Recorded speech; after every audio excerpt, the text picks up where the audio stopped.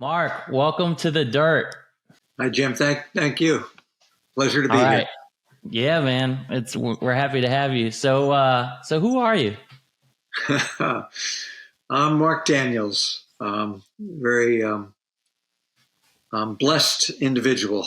Um, and, in short, I've been blessed to run a number of companies and um, really been very fortunate, both by some of my tenacity, but sometimes just good fortune to have some very successful ventures behind me. So. Let's talk a little bit about those. So what is your origin story, a little bit of background, and then, obviously what you're up to at ResultsBI today. Okay, well, I'll try to make this quick. When I was in high school, I did a television commercial, and it was during the energy crisis. And we had to come up with a themed commercial. It had to be about the energy crisis. And when I was in high school, it was the 70s. And we had gas lines.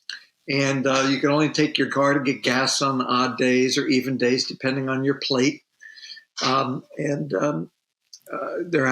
commercial had to be on the energy crisis. So I had a guy and a girl on a sofa, and I had a guy at one end of the 3-seat cushioned sofa, your traditional old-fashioned living room, with a 3-seat cushion and a lamp on each side. So the guy looks nervously over at the girl.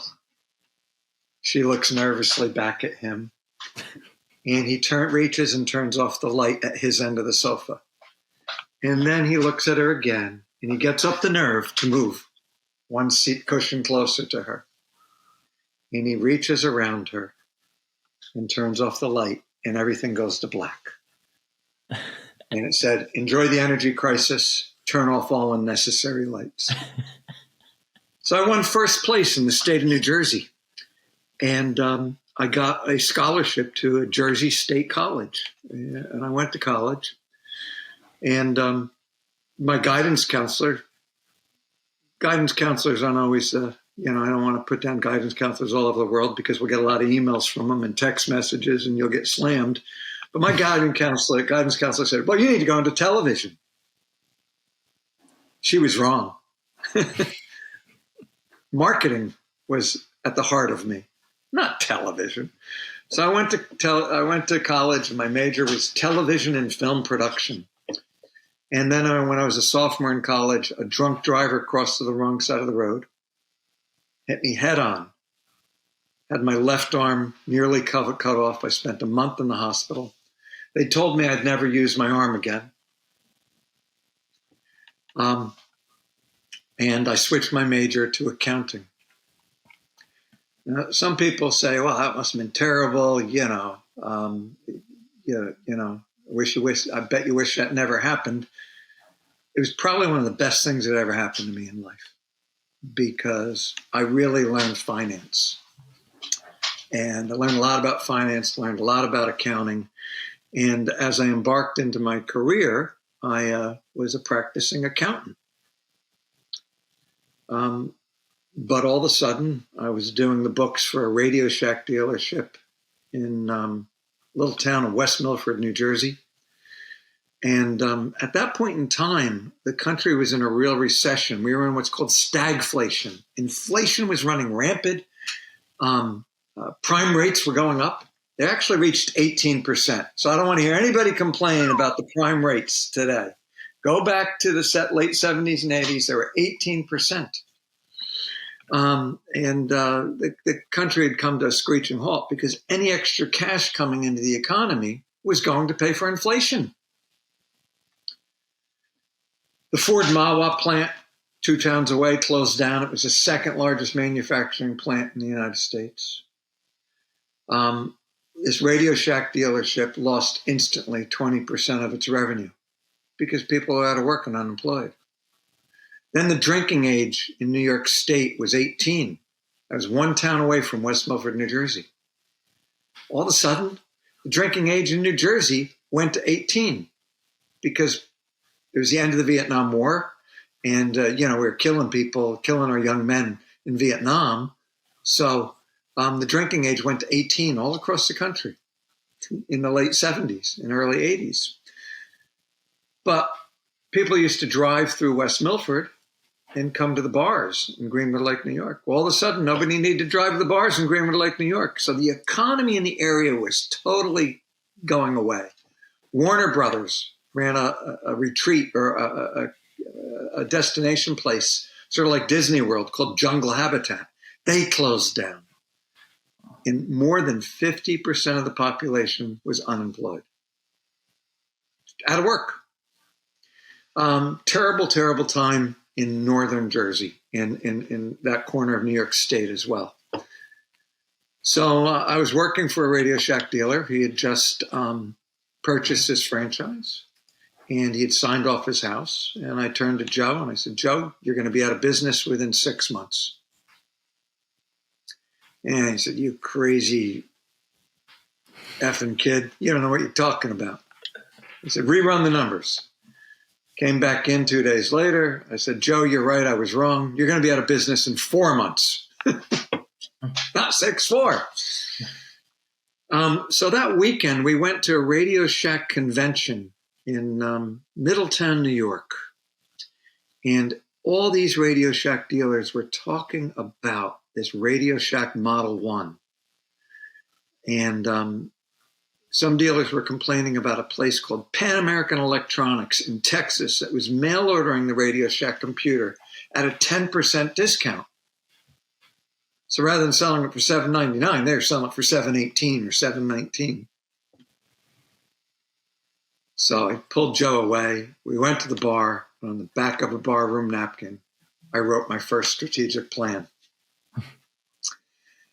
And what it was really simple. If someplace in Texas could do it and nobody could afford computers in West Milford, New Jersey, we'd appeal to the whole United States to buy computers from us. He didn't want to go forward with it.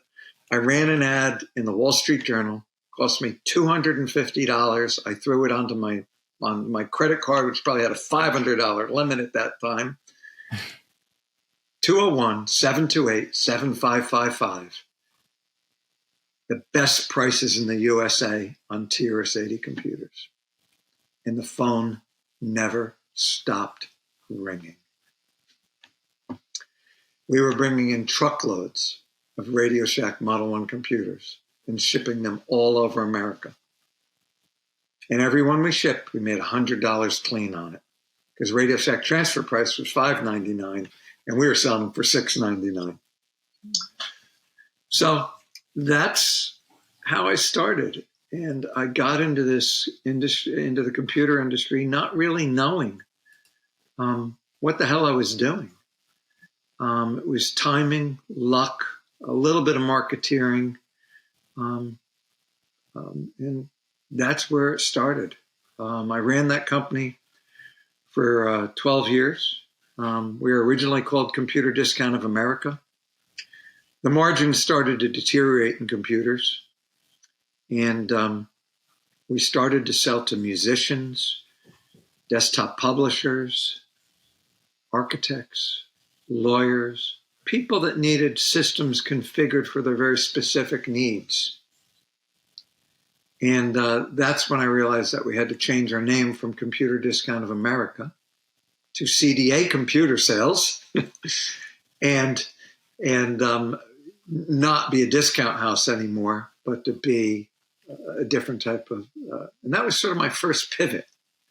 So very early on, I learned, how to pivot a business slightly, and then majorly. So that's how I started. I don't know if that was a long answer to whatever question you asked, but well, yeah, I mean, you said it's going to be a short answer. That's how I started and how I got to where I am today. I will tell you one. Go ahead, ask your next question. No, I mean, you said it was going to be a short answer. I can't wait to hear the long one. The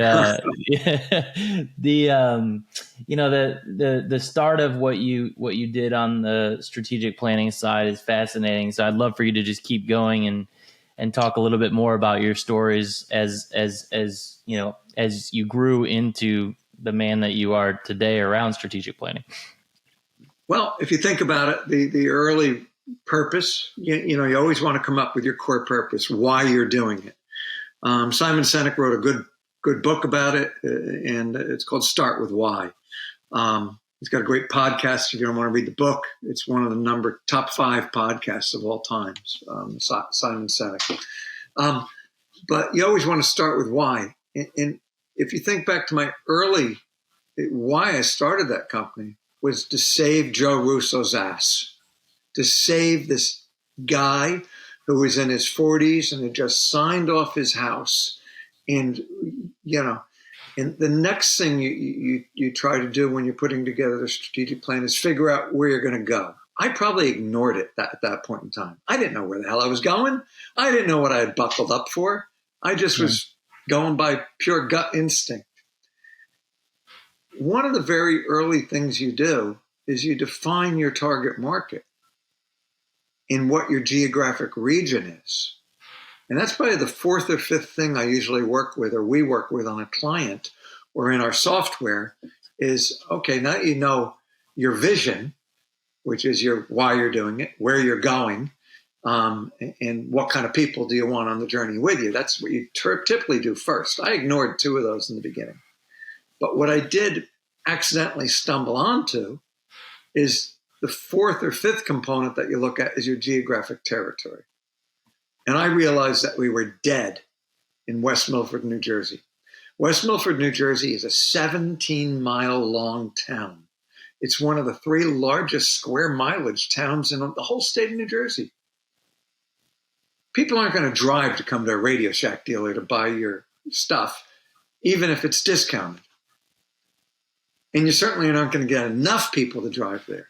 So we expanded the geographic territory to the entire United States. So that's part of the things that, you know, so many companies will start their business and they don't go through a strategy. Entrepreneurs, you know, I'm going to start a restaurant. You know, like if you're going to start a bagel shop, make sure it's on the way down the highway to New York City or to the major metropolitan area. You don't want the bagel shop on the wrong side of the road, right? People don't buy bagels on the way home. Right. They buy bagels on the way to work. So you have to start out with simple strategy. And so many people, they're passionate about what they're doing, but they never put together a strategic plan. They might even put together a financial model, but you can't properly put together a financial model without thinking about the strategies that go with that first. Right. So I got lucky. I was in a depressed area, and I said, let's widen the scope of this to the entire country. And we actually gave it that name, Computer Discount of America.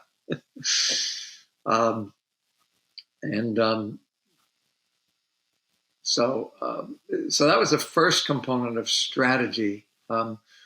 Later on, when we weren't making money anymore, the margins were eroding. We had this snot-nosed, skinny little kid, Michael Dell, entering the market.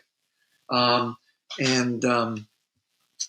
were so many computer competitors back there. There was Gateway, there was Commodore, there was Atari, there was Epson. There was IBM that came out late to the market. The list goes on and on and on. We had to change our offering and appeal to a different market. It was no longer, Computer Discount of America. And I actually recognized that a little late, but I was at home one day. It was the 80s, mid 80s, and the business had moved to a larger warehouse, and I got a call from one of my call center people, and they said, we have a customer on the phone and he's crying, and he won't get off the phone. We said goodbye to him once, and he called back, and he's crying. I said, switch the call to me. So switch the call to me, and I take the call, and the guy says, listen, I'm working on I'm composing something. And I'm composing it, and I've been working on it for a year and a half. And my Macintosh 2CX just stopped working. And I said, well, do you have a backup? He said, no, I don't have a backup. I said, where do you live? He said, I live in Holland, New Jersey. I looked, about an hour and a half, 2 hours from me.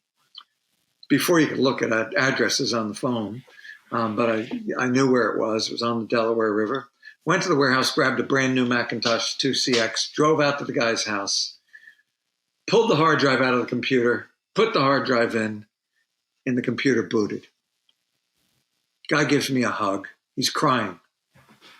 So what are you working on? So, well, my name's Stephen Macon, and I'm working on a score called The Little Mermaid. It was Alan Menken who was working on The Little Mermaid. And after that, I changed my entire business plan. We started to sell to musicians. We had a phone number, 1-800-526-MIDI, M-I-D-I, Musical Instrument Digital Interface. I started to sell to desktop publishers. We started to sell to architects. We started to sell to indie race car teams. So we signed with Porsche Motorsports and supplied all the computers to them for a while. So now we weren't just selling computers at a discount and making nothing. It used to be you could sell a lot of boxes, you can make it up in a volume. And that's an old joke, we'll sell it at a loss, make it up in a volume. But, now we were making, when we shipped a system, we were making $5,000, $10,000 on a system that we shipped. From making hundreds of dollars to making thousands of dollars. Our numbers stayed pretty flat during that period of time, but our profit margins went through the roof. So that was where we changed one of our core disciplines, right? We weren't an Amazon, and Amazon didn't even exist then, but we weren't an Amazon. We were customer-focused business building unique systems. So that's another part of strategic planning. Are you going to be a value shop? Are you going to be intimate with your customers? There's three disciplines. I'm trying to think of the third one. Like a BMW, where you are allowed to charge more because your product is just crazy. It's just a crazy high-end technology. So you're going to be and some people, when you're doing a strategic plan for some companies, they say, I'm everything. I'm really close with my customers. And yeah, we ship right away. We're like Amazon. We get it out there right away. And, we're a technology company. You can't be all three. Right. You have to pick one area of discipline and be really, really good at it. When you're really good at it, then you can add something. And Amazon sort of did that. They added Prime, right? So they were first a churner of product, and then they picked up their service level in some areas and added another component. So when you grow up and you're a mature business, you can add another element of discipline, but you're never going to be successful if you have three areas of discipline. So that's really important for companies to realize that they can't be good at everything early on. So these are all components of strategy. There's really, I view it as 14 unique areas of strategy as you're putting together a plan. So you guys went from being a discount shop to a luxury, in a sense, right? From cost-based pricing to value-based pricing. That's right. What drove those shifts in it? Like, was it just a response to market shift, or were there any other signals that you were able to drive? The biggest signal was our P&L. We went from making a fair amount of money every time. If we did $10 million in sales, we were making $500,000 down to the bottom line. Then we did 10 million in sales, we brought $250 to the bottom line. Then we did 10 million in sales, we brought $0 to the bottom line. We were at the point where we were starting to lose money. And it was really a dog-eat-dog business. It was, really just terrible. Yeah. So it was a light bulb going off in my head, my early head, that I needed to shift I needed to figure out. And it was that light bulb that really first went off when Reeve Calloway, who owned a company called Callaway Corvettes. I don't know if he's still in business. He used to retrofit Corvettes. It was called Callaway Corvettes. and he landed his helicopter in our parking lot to pick up a computer. A helicopter comes down in the field across the street from our headquarters in Califon, our warehouse in Califon, New Jersey. He jumps out, runs across, grabs a Macintosh, puts it under his shoulder, and runs across with a Macintosh 2 FX, I think it was. It was the early Macintosh 2s. And that was the first eye-opening. And desktop publishers buying $3,000 monitors and a video card needed to run it. And Quark Desktop Publishing and PageMaker, they were selling for $5,000 per piece of software. What piece of software do you know today, except if you're talking to Netscape, sells for $5,000, right? Nothing. Yeah. So that was, but I think it was really that night, overlooking the Delaware River in Holland, New Jersey, with Alan Menken, as I drove back, and I just said, we're changing everything. And within a few weeks, I was doing strategic planning sessions with my team and saying, we're going to shift everything. We had a big blowout sale, blew out all the crap, brought in cash, hand over fist, and became a different company. Got some phone numbers like 1-800-MIDI. Alan Menken actually introduced us to a number of musicians, friends of his, so we really started strong in that area. Reeve Calloway introduced us to Porsche IndyCar, the Porsche IndyCar team.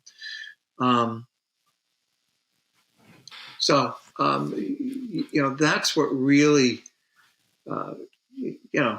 Then I sold parts. I sold that company. I sold that company to Micro Warehouse, Mac Warehouse. I sold off parts of it to different business units around the country.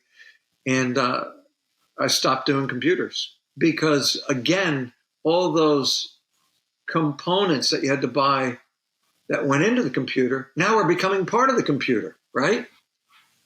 Now a computer could drive a big monitor. Now a computer could talk to a musical instrument. A little program called GarageBand or something. It was Apple's first attempt to do music. It was really terrible at first, but I could see the writing on the wall that all that was going away. So I said, I'm getting out of this. I'm not going to go through this again. And I went to a new company, and I was brought in to set up a mail order division for them. They were called Varityper. Varityper started in 1880. 1880. That wasn't a misspeak. 1880. And their first success was creating dog tags for the United States government. They could hammer type into metal. And after the Civil War, there were literally hundreds of thousands of bodies that could not be identified and could not be returned to their families.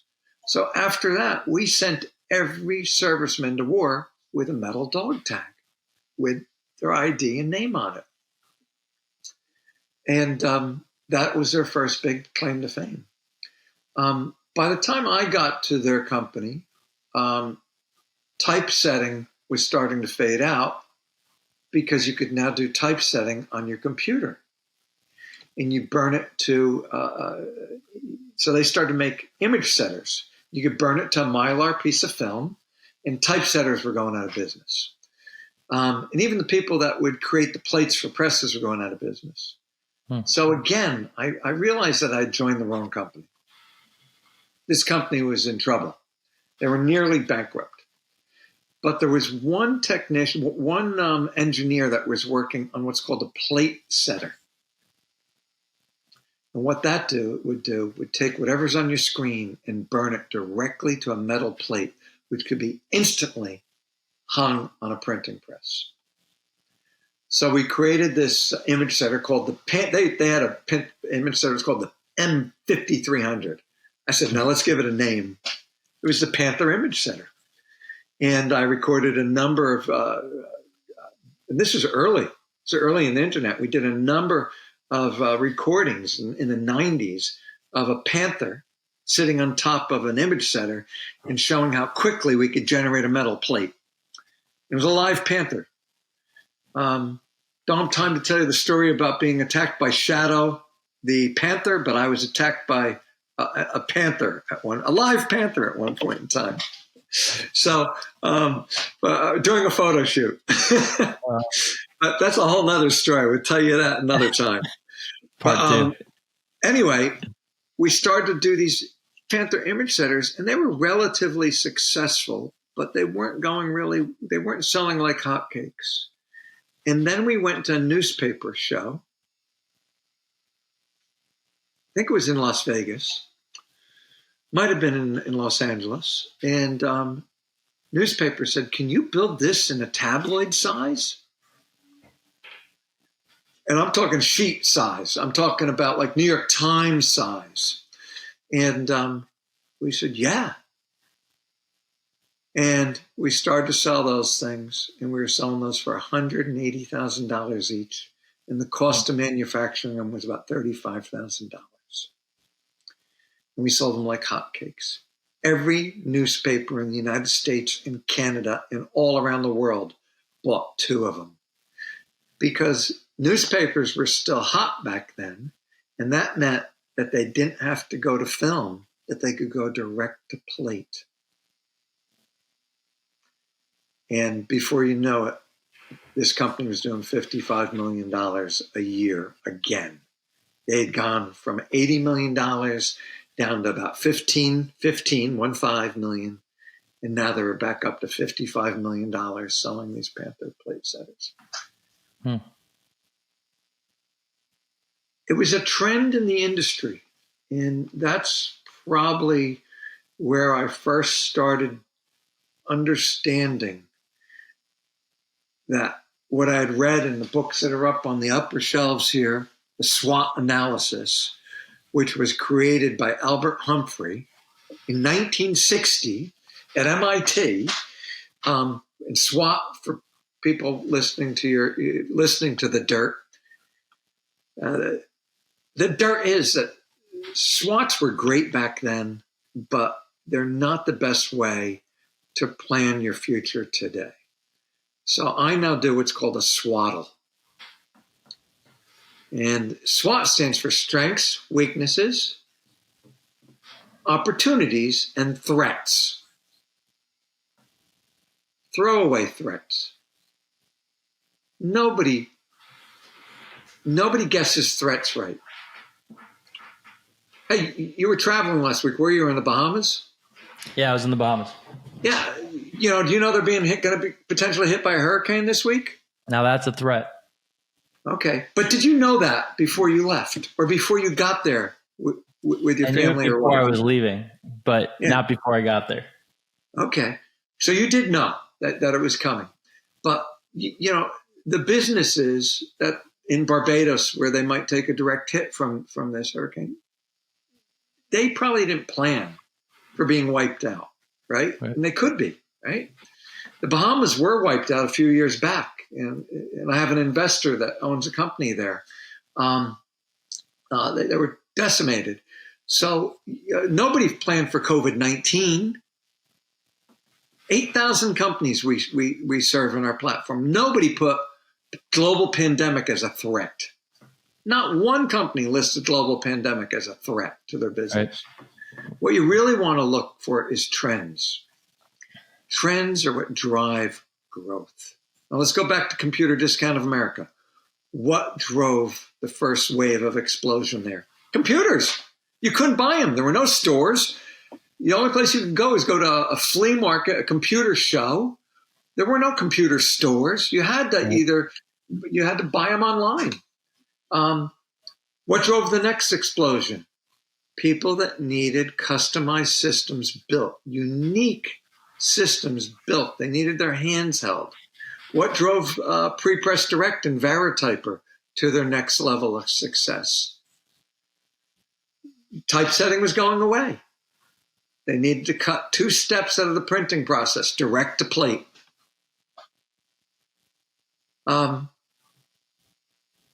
So I recognized then that trends were what had driven so much of the growth. So I do a SWOT very differently. I like somebody to look at their strengths because that's a sure bet. I like a company to try to eliminate one of their weaknesses because that's going to make them stronger.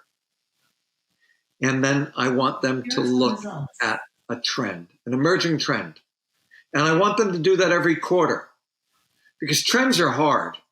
I'm a surfer. I'm out there in the ocean. I'm looking back. I see a wave coming. I jump up on my board and the wave sucks. Right? That wave is nothing. That was the trend that I picked in the first quarter. Now I see another trend. It's possible. This looks like a good trend. This wave is trending nice. I get up on that wave and I ride all the way into shore. If you pick a trend every quarter, eventually you'll find one that's right. And in the interim, you've done something you're really strong at, and that's probably been a success because you've leveraged a strength and you've hopefully eliminated or mitigated that weakness. Now, what's the third letter? Oh, I don't use opportunities. I create 3 strategic projects. Then I create one big project that might last a whole year. What's the biggest obstacle you face in your business today? If you're a restaurant, it might be retaining people and keeping servers on the floor. If you're a restaurant here in Martha's Vineyard where I live, it's going to be provide housing for your employees because they can't afford to live, so they don't come here in the first place. If you're a startup, it might be secure funding. So if we can get a company doing that every quarter, working on their strengths, one project on their strength, one project to mitigate or eliminate a weakness, and one that's trying to ride a potential big wave, a potential trend, they're going to grow. It might take them 3-4 quarters. I promise you they're going to grow. So that's really, and it does take a discipline. It takes a disciplined leader to do that. And then the obstacle, you can tell I read a lot of books. Great book by Ryan Holiday, I think his name is. The Obstacle is the Way. The obstacle is the way. And whether you plan a course around your obstacle or straight through your obstacle, getting through that obstacle is the way. Yeah. So, those are, and if I get people focused on that obstacle, it really helps them. And the obstacle is typically a 1 or 2 year project that might take some time. It might be raising capital. If you've ever, I believe you have. I've read your bio. You've been involved in fundraising. You've been involved in raising equity.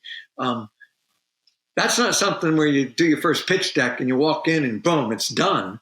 No, you might work on that pitch deck for a half a year till you even get a good bite.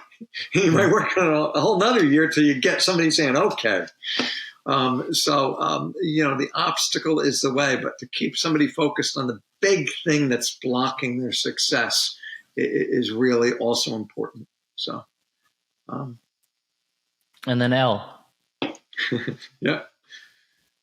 So I call it a swaddle 4. Swaddle. You leverage those 4 things. You find a project. Typically quarterly. They don't always have to be quarterly. You can do a project in 6 weeks, 4 weeks. Typically, you want to spend that time and have a discipline to take your strategic plan and pause every quarter and see what progress you've made. And then as a leader, to have the discipline to look at your strategy every single week, whether it's in a dashboard, whether you're looking at those 4 projects and tracking how those projects are moving along, those 4 strategic projects that you created from those 4 components. So I want to go back to something you said before that's tied to the swaddle and tied to everything you've done. You mentioned that there's 12 aspects to a strategic plan. What are those 12 aspects? Oh gosh. Okay. So we start out with your vision. There's three components of your vision. Your vision are your why you're doing it. Your why real quickly. It's never because I want to be a millionaire. You have to love what you're doing. Today, I love what I'm doing. I love helping companies grow. I get great satisfaction out of it. The money will follow. I always say that the money will happen. The money will just happen. The next thing is where you want to be. Where do you want to be in 5-10 years? Jim Collins in his book called it a BHAG, big, hairy, audacious goal. Where are you trying to get to? Now that you know that, what type of people do you want on that journey with you? That's your who. Who do you want as on the bus with you as part of your journey? So that's your vision. Get that nailed. Then your target market. Really understand your target market. Everybody says, I know who my target market is. Bull. Tighten up your target market. Narrow your focus down. Understand who they are. Create a persona for two people. The persona of your buyer and the persona of somebody who's going to recommend you. Give them a name.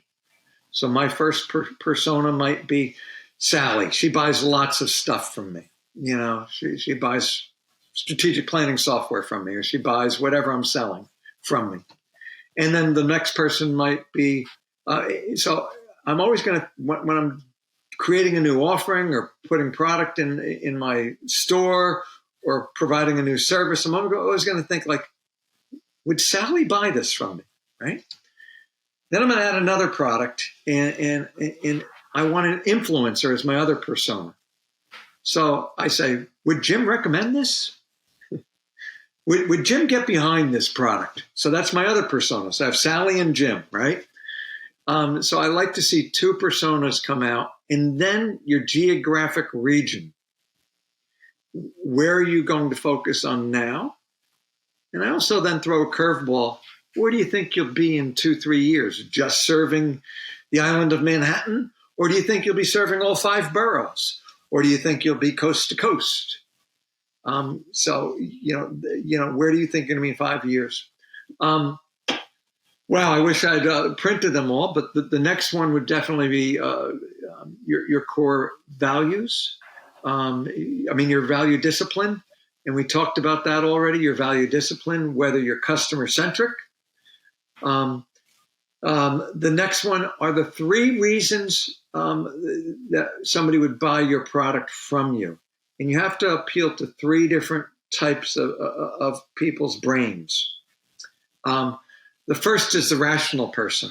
They're the CFO in the company.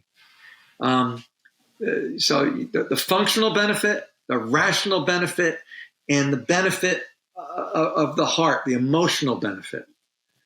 So I'll give you a good example. If you're selling B2C to a customer and I'm a painter, hey, I'm going to paint your house. I scrape, I sand, and I paint it. That's my functional benefit, okay? The husband, says, you scrape it, you always scrape it. Oh, that's great. So now he's thinking in his brain, that means it's not going to chip as soon. And that means it's going to last a little bit longer. So he's thinking with his brain. That's his rational side. And what do you charge? Oh, well, you're a little bit more than the other guy. Oh, yeah, but we always give everything 3 coats. Now he's thinking, wow, they're going to sand, scrape, and give it 3 coats. It's going to last 8 years rather than 5 years, okay?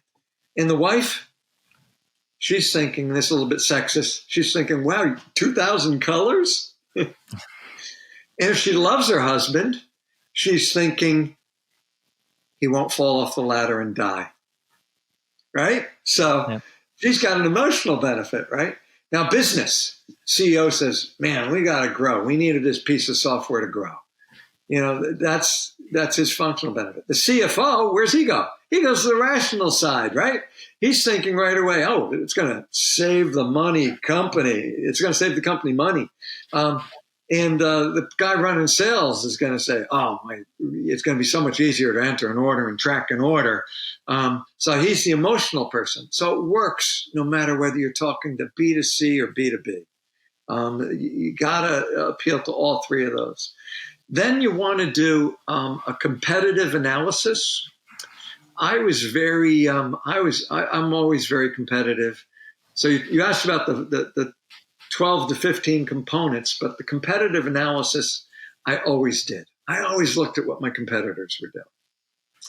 And it wasn't until years later that I started to do what's called a pest analysis. Competitive analysis, I forget who created that. There's a book up on my shelf. All consultants around the world, basically follow this similar steps to putting together a strategic plan. And one of them is the 5 C's, the five C's of competitive analysis. They later on made it the 7 C's, and the 7 C's are used a lot in Europe. But the 5 C's, you just really stack up how you stack up against all your competitors. But the one I skipped when I was younger, which was really stupid, is your pest analysis. And a little bit more involved, but it's political, economic, social, and technology. So you do the pest analysis. And I was really very foolish in my early days that I didn't do a pest analysis because I was jumping right to let's be competitive. But in our world, we're changing so rapidly. We have political things affecting our product offerings, certainly economic, social. There was tremendous social discord 2 years back, Black Lives Matter. Before that, there was that crisis on Wall Street. There's economically, we're war, gas prices, inflation, COVID, and then technology. Technology is advancing at such a rapid pace that you just cannot run a business without doing a pest analysis on a regular basis. I'm sure I'm forgetting a bunch of them. Our software goes through all 14 in a very logical flow. And then, of course, the swaddle, which is 4 very special components. I do recommend that once a year you list your threats, the things you perceive to be threats. I don't want you to totally ignore threats, but very rarely, I'd rather you look through your threats and say, which one of these threats is your biggest obstacle? You follow? Like threats, you don't typically grow your business because of COVID was something you could build. If you were selling medical supplies and one of the threats was catching COVID, you could sell more masks or more hand sanitizer. But threats are really a challenging component to. Everybody guesses threats wrong. Threats are something you usually don't get. So. It's just oftentimes I see people just repeating their weaknesses in a different way. Yeah.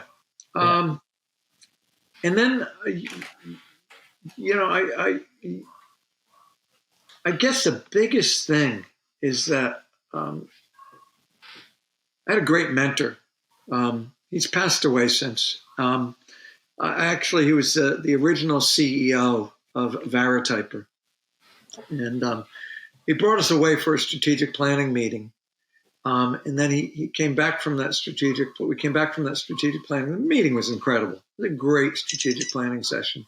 But so important to involve your team and share your plan with your team. Once you have this strategic plan done, and you know what you're going to do for the next year and specifically the next quarter, to get your team excited about it. And to bring them all, up to speed as to what you're going to do. That serves multiple purposes. Number one, get their feedback. Say, hey, do you think you can do this, Jim? And you say, yeah, I can do this, Mark. And then you turn to Joe or Sally, and Sally says, I don't know. That's going to be really hard, Mark. And you say to Sally, what could I do to make that doable? What could I take off your plate? How about I give you another person in your department? Oh, if you give me another person in my department, I'll be able to do this no problem. You know what I've just done? I got buy-in from you, Jim, that you can do it. And I got buy-in from Sally that if I give her another person that she can do it. Right away, I call HR or I hire somebody for Sally. Sally now has somebody else. A month from now, I sit down with both of you and I say, okay, how your project's going? You've given me the permission to harass you in a polite fashion, of course. Jim, you said you could get this done. What's going on? How can I help you? What's the challenge you face? What obstacles can I help you remove? Sally, the same thing. We say, Sally, I gave you that extra person. What's up? How can I help you? What can we do to help you? What can we do to facilitate you moving this project forward? So it's really important that you become a disciplined leader in that you're helping push and drive this strategy. You might have hired the best people in the world. You look at their resume, you did a disc profile, you did all of that, you did top grading, whatever you used. You even bounced them against your core values before you hired them. They're brilliant people, but they're not executing.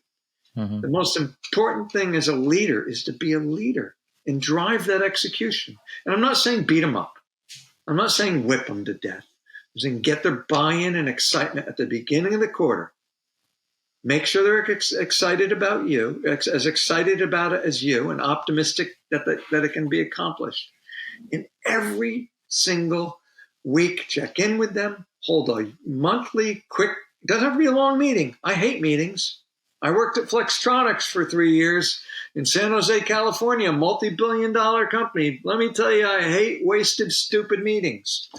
But have that quick meeting once a week to make sure your projects are on track. Once a month, sit down and go through it in more depth. And once a quarter, lock yourselves in a room for 2 or 3 hours and come up with your projects for the next quarter. And if you do that, your company will grow. I have so few people that fail to grow their company.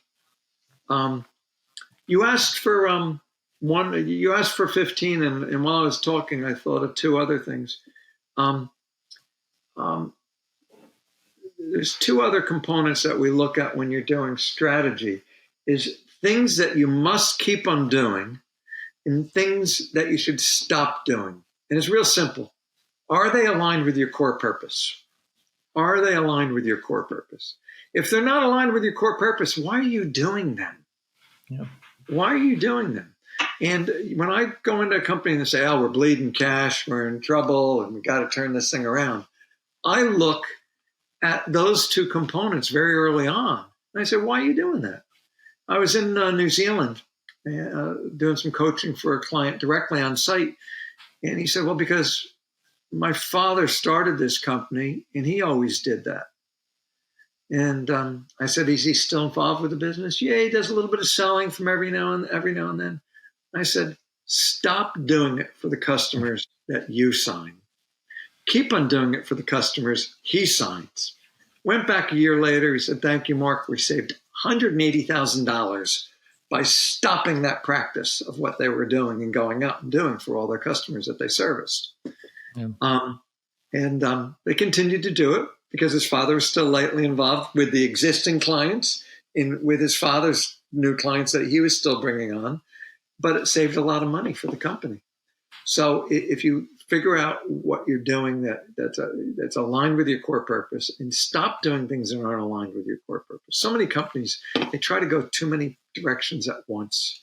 So you'll hear me say way too often, probably, narrow your damn focus, narrow your focus. So, all right. I don't know how long you have for us today. I think I've gone for about an hour here. I would too, and I think we're gonna have to plan a part 2. That's a in motion decision I'm going to make right now. I'd love to tell you about Diligent in our next session. Diligent Board Member Services. We sold that company for $941 million. Started with 2 clients. So we're gonna dig into that and a bunch more on the part 2 of this. But one last question before we hop into our Founder 5. So, what do you think of the quote? Plans are useless, but planning is indispensable. I say I have a similar quote, so I'm just going to reply with my quote. Planning is crucial to your success, but the execution brings the millions. I like it. You and Dwight Eisenhower, masters of planning. You need to execute the plan. And I told you a little bit about Bob Turnkamp coming back from that strategic planning session. He didn't get anybody excited about the plan, and he never checked back in because he thought he had surrounded himself with great people. So it's the execution of the plan. So that's about the execution. Always. All right, so let's hop into these Founder 5 here. So the first one is, what is the top KPI that you are relentlessly focused on? It's typically, you asked for the one. It's typically one of the progress on one of my 3 strategic projects. Now, I know that's not a key performance indicator. In the results system, we have a dashboard, which is all of our measurements. I like tracking the progress of our key strategic initiatives. Now, typically, they'll have a number assigned to them. So if we're doing, we're trying to increase let's say one of the projects is to improve our retention. Well, I'm going to be looking at the retention that quarter. If one of our projects is to grow the number of signups that we're having, I'm going to look at the new customers. So my KPI is typically tied to one of the strategic projects that I'm tracking. Of course, I always look at number of days of cash on hand. So you just got 3 answers, and I'm sorry, but those are good answers. They're good answers. And surprisingly, days cash on hand is not one that I hear often enough. So that's a good one for our listeners. All right. So next one is top tip for growth stage founders like you.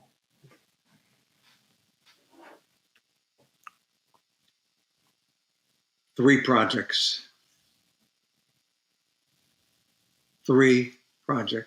not 20. You can't manage 20. You can't manage 10. In the 80s, I had the privilege of going, or I didn't have, it was a privilege, but I signed up for Franklin Covey time management program. Went out to California, took a 2-day class. In the Franklin Covey system, they say, make a list of the 10 things that you're going to do. Circle the 2. Now with the big black fat magic marker that you have, put a line through the others so you can't even read them. Go do the 2. Now I tell you to do 3 with a 4th one that's longer, but narrow your focus. Do the hardest thing first. Get that done. Get in the discipline of doing the big thing first. That's great. All right. Next one is favorite book or podcast that's helped you to grow as a founder. Oh, wow. Okay. Well, my wife's a spiritual counselor. I have recently been listening to Jay Shetty. Jay Shetty has a great podcast called Purpose. He's interviewing basketball players, people that have started businesses, Oprah Winfrey, Kim Kardashian, the basketball player, I think his name's Allen is his last name. He's a point guard, been in the NBA for 18 years. Remember what I start out with the strategic plan, your core purpose. His podcast is called Purpose. And when you have a purpose in life, everything else falls into place. It starts with what your core purpose is. So my favorite podcast right now is Jay Shetty's, and it's a podcast you can find. It's called Purpose. Excellent. Excellent. All right. Next one is a piece of advice that counters traditional wisdom. Counters traditional wisdom.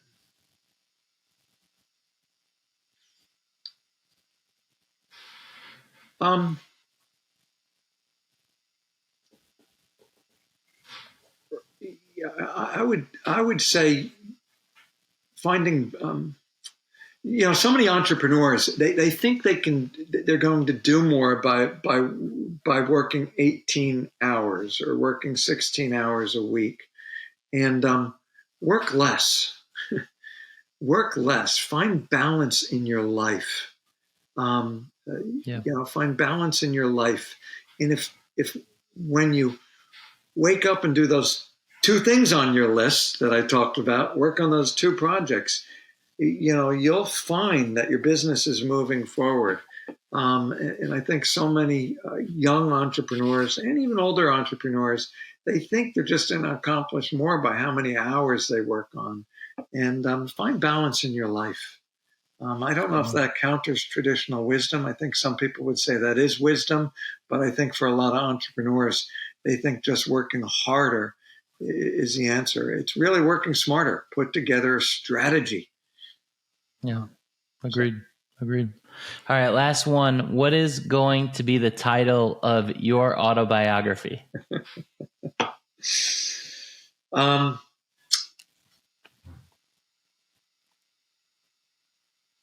Execute. Nice. I love it. Execute. Exclamation point, probably. Maybe 3 of them. Yeah. I mean, somebody would pick that up and say, what's this guy killing people?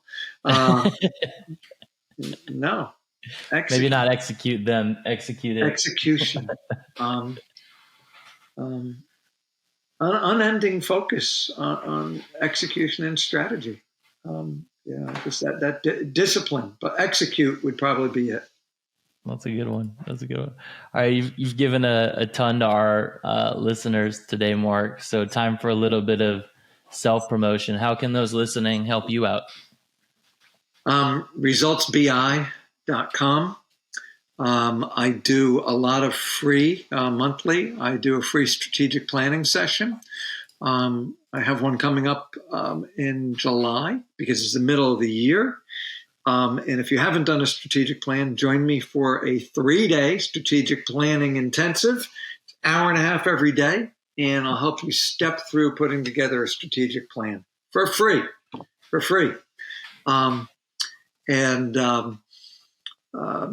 Visit ResultsBI.com. I also have a LinkedIn page, and so I do post to LinkedIn fairly frequently, at least once a week now. So those would be the two places to go to. Sign up for a newsletter. I put out a newsletter every other week, and that you can find right on the ResultsBI website, the newsletter. Is LinkedIn the best way for people to get in touch with you? Yes, for sure. Excellent. Okay. All right, Marc. Great. It's been a pleasure. Stay tuned, everyone, for number 2 coming out soon, where we're going to talk to Marc again. So thanks for joining us, Marc. 2000, from 0 sales to 80 million in sales, and a sale of that company for $984 million. I'd love to tell you all about it. All right, we're going to do that. Awesome, man. Great having you. Thank you. Take care. Bye-bye. Bye, Marc.